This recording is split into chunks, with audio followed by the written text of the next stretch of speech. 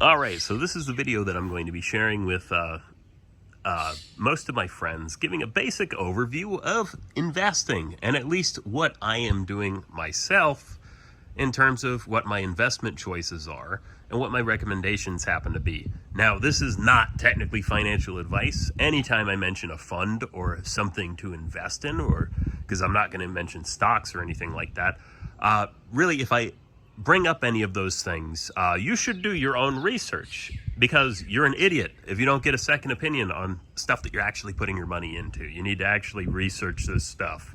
You can't just go like, oh, I trust my gut feeling, or, oh, I heard something from somebody. There's an entire Seinfeld episode dedicated to listening to stock tips from people. But anyway, so I'm a fairly disorganized individual mentally, but that's why I set up everything to be automatic, so that way I don't even have to think about it. But anyway, this is actually the beginning of what I intended to talk about. So you should have an emergency fund. An emergency fund prevents you from having to dip into your investments at any point, because you have liquid funds on hand that you can use in the event of an emergency or life events and other things like that. The other thing that you can do to hedge against life events is insurance. Insurance is the best derivatives that you can really buy or do anything with. But other than that, you should only focus on maintaining your emergency fund. Once your emergency fund is funded, you should focus on a retirement account, and then you should focus on a taxable brokerage account. Do not put anything in annuities at all. No. It doesn't matter if you fear losing anything. Your fear of loss is going to prevent you from getting actual gains with stuff or actual profits. You're just going to be sitting there inundated with something that's covered with fees. And really, you should only consider annuities if they're your only option. And even then, there's probably better options than annuities. Honestly, this is crap. Don't buy into what an insurance salesman tries to sell you with an annuity. You aren't buying your future with an annuity. You're getting locked into a contract, or you're basically giving them money where they're going to make more money off of it than you're probably going to make off of having the annuity. Anyway, annuities are something that companies should invest in, maybe for pension funds or other things like that, like defined benefit retirement plans or pension plans, rather than defined contribution pension plans like what you get inside of retirement accounts. But anyway, let's get to the beginning. For your taxable account, whether or not you should invest in mutual funds or ETFs, you have to ask yourself, okay, which one has lower fees or lower expense ratio? Now, there's brokerages like Fidelity that offer FXAIX, which has absolutely zero fees. So that's something to consider, but it's a mutual fund, which is its own little animal. Do a little bit of your own research into it. ETFs, generally you can find them with fairly low expense ratios. But really what it comes down to is whether you trust yourself or don't trust yourself. If you trust yourself not to dip into your investments, then go ahead and do ETFs. If you don't trust yourself at all, go ahead and do mutual funds. Set in automatic deposits and don't even think about it. Just occasionally get the paperwork from them and be like, oh, I have this much in my account. I feel good about that. Anyway, so what you're going to do with your taxable brokerage account is invest in mid-risk, middle-of-the-road, broad market indexes, and maybe things that have qualified dividends. Qualified dividends are treated differently in terms of taxation. And really, my own suggestion is have at least 50% of VOO, or an S&P 500 index fund, as your core investment, or 100% VTI. If you're lazy, you can go ahead and do that. It probably won't really impact you. But really, you should aim for a core and satellite approach where you have the bulk of your compounding and work inside of a broad market index fund. And VOO, SPY, SPLG, those are all good examples of what you can invest in. Safe satellites are VYM, which is Vanguard's high dividend ETF, VIG, which is Vanguard's dividend appreciation fund. I wrote VYM accidentally, but I like VYM.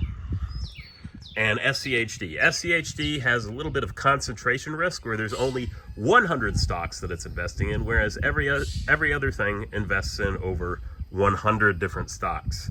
Now, for your retirement accounts, you're going to have your 401k, 403b, or TSP funds. Now, they sometimes limit your fund choices. So, if you are limited on your fund choices, put it in the S&P 500 fund. Every single one of these probably offers an S&P 500 or something that tracks the broader market as an index fund.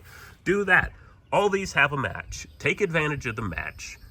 It's basically free money. I've heard plenty of people talk crap about retirement accounts, but the truth of the matter is that if your employer is going to give you free money, go ahead and take advantage of it. You're actually an idiot if you don't take advantage of that. Now, outside of that, you got your Roth or Trad IRA, and the advantage to this is that you don't pay any tax on securities or reallocation. You can sell everything in your account and go throw it all into Rivian calls if you wanted to.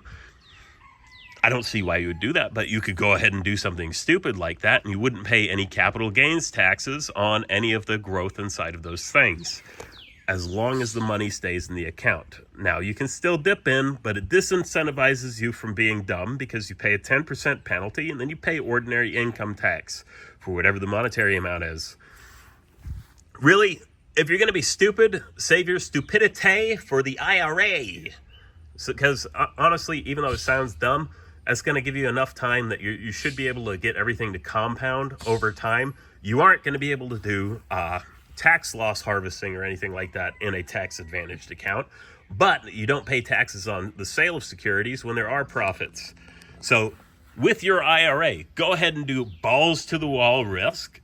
Still try to do ETFs as the core of your investments. Gradually reallocate your portfolio to bonds in this formula. And I've made a nice little formula. It should be your age minus 20 equals your bond allocation percentage. And you should invest this as an example. The ETFs that I give as an example are Bill, which is, I believe, the SPDR Treasury, like 1 to 3 month Treasury ETF. And that's basically bonds, like that's Treasury notes from the U.S. government. There's BND, which is the total bond market. And then there's TLT, which is 20 plus year treasuries issued by iShares. Now, I give as an example, at the age of 20, you should have a 0% allocation in bonds. By 21, maybe a 1% inside of your retirement account. Age 30, you should have a 10% allocation.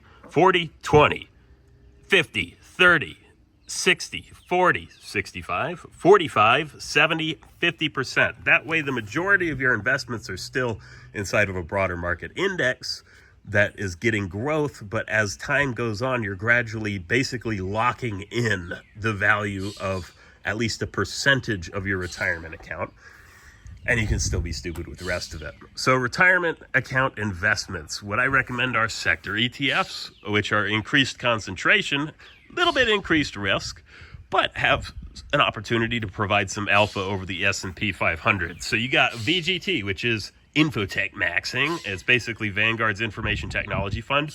You have OEF, which I believe is the iShares S&P 100 index fund, which is the 100 largest companies by market cap on the stock market. You have QQQ, which is the NASDAQ 100, which is basically the top 100 stocks on the NASDAQ exchange that are not financial companies. You have MGC, which is the mega cap companies, which is the hefty, the chonker cap companies. You pick these as your core. You can pick individual stocks or crypto spot ETFs, maybe, or crypto spot, whatever funds, as a little bitty part of your portfolio. And obviously, don't be a dumbass. These are actually my stock recommendations. I feel like I can say that this could actually be financial advice, only because, honestly, if you talk to a financial advisor, they'll probably say something similar to what I'm saying.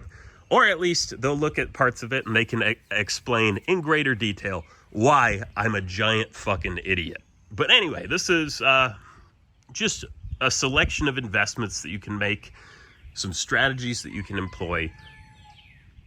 This is basically kind of how you get ahead than the average guy that's blowing all their Wendy's paychecks on ounces of weed and Taco Bell. So this is how you get ahead. for the younger generations. Anyway, I hope you'll have a wonderful day. Bye.